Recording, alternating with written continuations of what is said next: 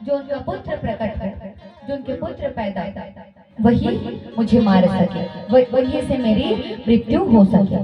ब्रह्मा जी ने कहा तथास्तु। भोले बाबा और माता पार्वती का जो प्रथम पुत्र होगा, जो उनकी शक्ति से प्रकट होगा, वही तुम्हारी मृत्यु का कारण बनेगा।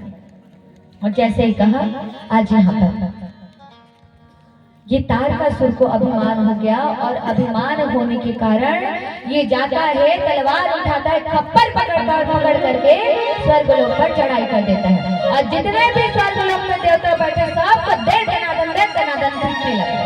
क्यों पिटान खाने का भी कारण होता है। जो नाचा गम्मत सुनते हैं ना, उनको पिटान पड़ता है। ये जो देवता लोग हैं, जब समुद्र मंथन हुआ था उस समय ये लोग अमृत पान किए थे। अमृत पान करने के बाद ये क्या किए, ये हम तो अब अमर हो गए अमृत पी करके। ये अभिमान देवता में आ गया, तो उन्होंने नाचा पार्टी बुलाया, अप्सराओं को नचाया और ये नाच देखने लगे। जब नाच देखने लगे तो ये तारकासुर को गुस्सा आया। देवता लोग को कैसा करते हो, तुमको तो पिटान पड़ेगा ही पड़ेगा। अरे गए और झाए पीटने लगे सबको, जैसे पिटे। आज देवता लोग अपने स्वर्ग लोक को छोड़ करके भागे आज ब्रह्मा जी के पास गए। क्या क्यों बुढ़ाऊ, कैसा वरदान दे क्या है? यहाँ पे आके हमको सबको दे दनादन पीट रहा है। कुछ करो भाई, कोई व्यवस्था बनाओ जिससे हमें इनसे मुक्ति मिल जाए। बोले ऐसे व्यवस्था नहीं बन सकती। व्यवस्था बनाने के लिए वो महान दानी जो है ना, जिसकी वजह से आप बार बार इस्तीफा देना चाहते हैं ब्रह्म पद से, उनके पास जाना पड़ेगा। बोले तो चलो फिर। अब ये सब देवता ब्रह्मा जी, विष्णु जी करके आज भोले बाबा के पास जाते हैं। कहते हैं भोले बाबा कोई उपाय बताइए, कुछ करिए जिससे ये जो तारकासुर है ना, वो हमको पीट रहे हैं, इनका पिटान ना खाना पड़े। तो भोले बाबा कहते हैं नाचा गम मत देखो तो पिटान दिखाओ क्या खाते हैं। जब अमृत पिए अमर हो गए तो अप्सराओं को नचाने लगे, भगवत भक्ति छोड़ दिए तो मार के खाओगे तो क्या करोगे। और भागवत में और नौटंकी में एक फर्क होता है। क्या फर्क होता है कि नौटंकी में अधिक भीड़ होती है और भागवत में कम भीड़ होता है। बात सही है कि गलत है? सही है कि गलत है? माता हाँ या नहीं? थोड़ा झूठ बोल दिया करो, नहीं लेकिन हाँ सही है, सही है।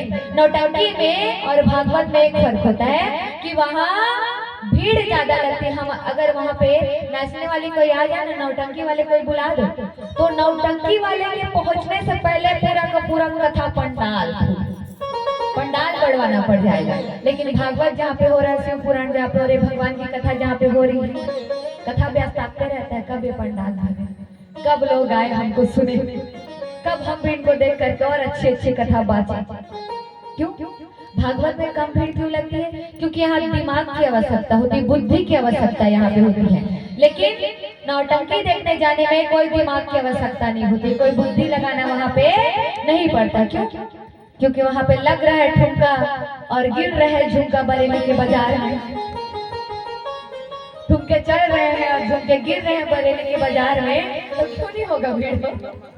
और यहाँ कथा श्रवण करने के लिए, भगवत भक्ति में रमने के लिए दिमाग की आवश्यकता होती, बुद्धि की आवश्यकता होती, इसीलिए लोग यहाँ पे कम आते हैं।